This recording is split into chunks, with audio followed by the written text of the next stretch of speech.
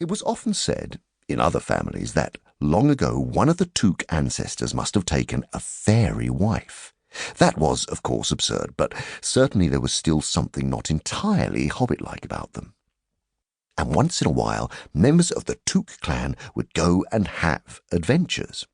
They discreetly disappeared and the family hushed it up, but the fact remained that the Tooks were not as respectable as the Bagginses, though they were undoubtedly richer. Not that Bella Donna Took ever had any adventures after she became Mrs. Bungo Baggins. Bungo, that was Bilbo's father, built the most luxurious hobbit-hole for her, and partly with her money, that was to be found either under the hill or over the hill or across the water, and there they remained to the end of their days. Still, it is probable that Bilbo, her only son, although he looked and behaved exactly like a second edition of his solid and comfortable father, got something a bit queer in his make-up from the Took side, something that only waited for a chance to come out. The chance never arrived until Bilbo Baggins was grown up, being about 50 years old or so, and living in the beautiful hobbit-hole built by his father, which I have just described for you, until he had, in fact, apparently settled down immovably. By some curious chance one morning long ago in the quiet of the world, when there was less noise and more green, and the hobbits were still numerous and prosperous, and Bilbo Baggins was standing at his door after breakfast smoking an enormous long wooden pipe that reached down nearly to his woolly toes, neatly brushed, Gandalf came by. Gandalf. If you had heard only a quarter of what I have heard about him, and I've only heard very little of all there is to hear, you would be prepared for any sort of remarkable tale. Tales and adventures sprouted up all over the place wherever he went, in the most extraordinary fashion.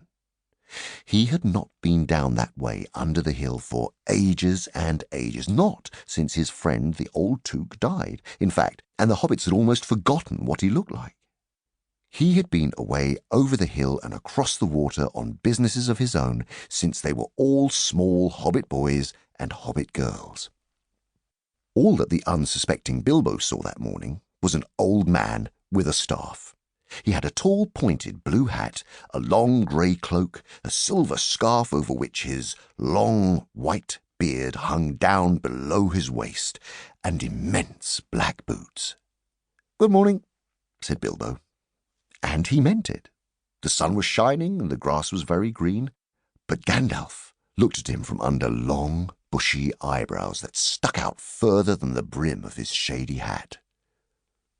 "What do you mean?" he said.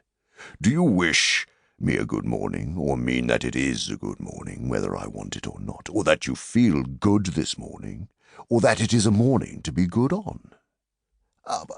"All of them at once," said Bilbo, and a very fine morning for a pipe of tobacco out of doors into the bargain.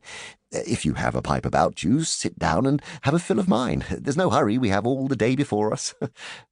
Then Bilbo sat down on a seat by his door, crossed his legs, and blew out a beautiful grey ring of smoke that sailed up into the air without breaking and floated away over the hill.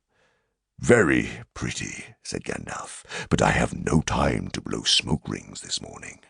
I am looking for someone to share in an adventure that I am arranging, and it's very difficult to find anyone." "I should think so in these parts. We are plain, quiet folk and have no use for adventures. Nasty, disturbing, uncomfortable things make you late for dinner. I can't think what anybody sees in them," said our Mr. Baggins, and stuck one thumb behind his braces and blew out another, even bigger smoke ring. Then he took out his morning letters and began to read, pretending to take no more notice of the old man. He had decided that he was not quite his sort and wanted him to go away. But the old man did not move. He stood leaning on his stick and gazing at the hobbit without saying anything, till Bilbo got quite uncomfortable and even a little cross. "Good morning," he said at last. "We don't want any adventures here, thank you. You might try over the hill or across the water." By this he meant that the conversation was at an end. "What a lot of things you do use good morning for," said Gandalf.